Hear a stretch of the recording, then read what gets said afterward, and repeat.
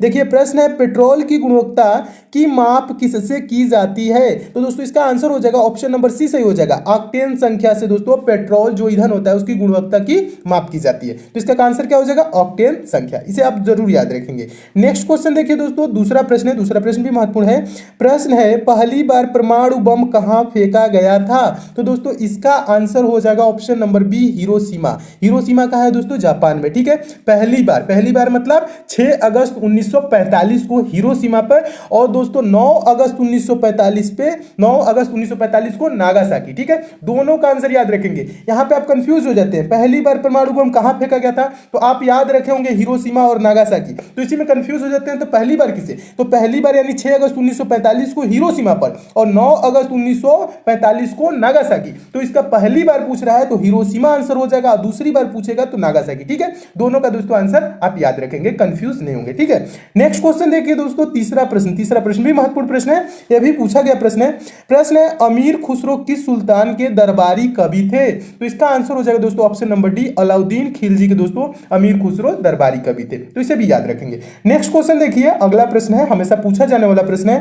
प्रश्न है लैंप की बत्ती में तेल किसके कारण ऊपर उठता है? लैंप की बत्ती में तेल किसके कारण ऊपर उठता है, जिसके कारण लैंप जलता है? किसके कारण होता है दोस्तों? केशिकाओं के कारण, यानी इसका आंसर हो जाएगा दोस्तों ऑप्शन नंबर बी केशिकीय घटना के कारण। ठीक है, इसका आंसर क्या हो जाएगा? ऑप्शन नंबर बी सही हो जाएगा। नेक्स्ट क्वेश्चन देखिए दोस्तों, पांचवा प्रश्न मोस्ट इंपॉर्टेंट है, बहुत बार परीक्षा में पूछा जा चुका है, आगे भी पूछा जाएगा। ठीक है, तो आप इसे याद रखेंगे। प्रश्न है फ्रंटियर गांधी के नाम से किसे जाना जाता है?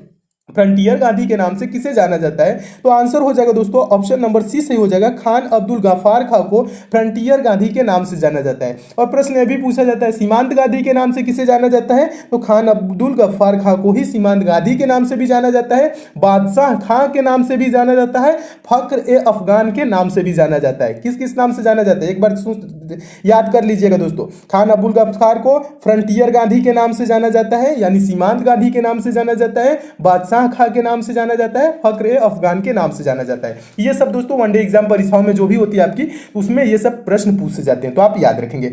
नेक्स्ट क्वेश्चन देखिए दोस्तों, अगला प्रश्न है छठवां प्रश्न भी इंपॉर्टेंट है। प्रश्न है भारतीय संविधान ने भारतीय महासंघ की योजना किसके संविधान से ली थी?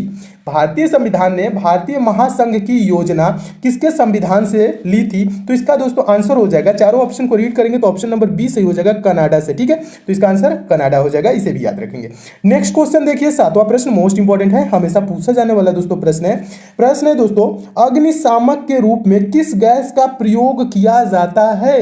अग्निशामक के रूप में किस गैस का प्रयोग किया जाता है? तो आंसर हो जाएगा दोस्तों option number A carbon dioxide को। ठीक है, अग्निशामक के रूप में कार्बन डाइऑक्साइड गैस का प्रयोग किया जाता है। दोस्तों एक और प्रश्न बनता है, किस गैस को दोस्तों शुष्क बर्फ भी कहते हैं? किस गैस को शुष्क बर्फ भी कहते हैं? तो दोस्तों कार्बन डाइऑक्साइड को ही शुष्क बर्फ भी कहा जाता है। ठीक है, तो इसे भी याद रखेंगे। नेक्स्ट क्वेश्चन देखिए दोस्तों, आठवां प्रश्न है। आठवां प्रश्न बहुत ही महत्वपूर्ण प्रश्न है और बहुत बार पूछा जाता है, और इसमें आप कंफ्यूज होते हैं। कहां कंफ्यूजन होने वाली चीज है मैं बता रहा हूं। देखिए पृथ्वी का विशालतम पारिस्थितिकी तंत्र है, पृथ्वी का विशालतम पारिस्थितिकी तंत्र है। तो इसका दोस्तों आप सोचते होंगे विशालतम पारिस्थितिकी तंत्र हो जाएगा आपका कौन सा हो जाएगा? जैसा स्थल मंडल। आप सोच रहे होंगे कि स्थल मंडल हो जाएगा, ठीक है या नहीं? स्थल मंडल तो आप सोचेंगे नहीं, सोच लेंगे जल मंडल, क्योंकि इसमें क्या सोचेंगे दोस्तों? क्योंकि जल आप सोचेंगे कि 75% तो जल ही है, तो यही हो जाएगा। तो ये दोस्तों क्या होगा? जल मंडल नहीं होगा।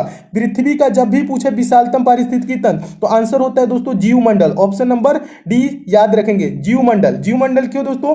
जीव मंडल में दोस्तों जल मंडल भी आ जाएगा और स्थल मंडल भी आ जाएगा। क्यों आ जाएगा दोस्तों? जीव मंडल उसे कहते हैं दोस्तों जिसमें जल में क्या होते हैं दोस्तों, इसमें भी जीव जंतु कुछ रहते हैं ना, मछलियां उछलियां, ये जल मंडल पे है। और पारिस्थितिकी तंत्र का विशालतम पारिस्थितिकी तंत्र पूछ रहे हैं, जीव मंडल में क्या आ जाएंगे? जहां जहां जीवन संभव है। ठीक है, तो जल में भी जीवन संभव है, मछलियां उछलियां रहती हैं जल में, और स्थल मंडल पे भी जीवन संभव है। तो पृथ्वी का विशालतम पारिस्थितिकी तंत्र कौन सा हो जाएगा दोस्तों? ऑप्शन नंबर डी सही हो जाएगा, जीव मंडल। इसे दोस्तों याद रखेंगे, इसमें कंफ्यूज कभी भी नहीं होंगे। इसका आंसर क्या हो जाएगा? ऑप्शन नंबर डी जीव मंडल याद रखेंगे।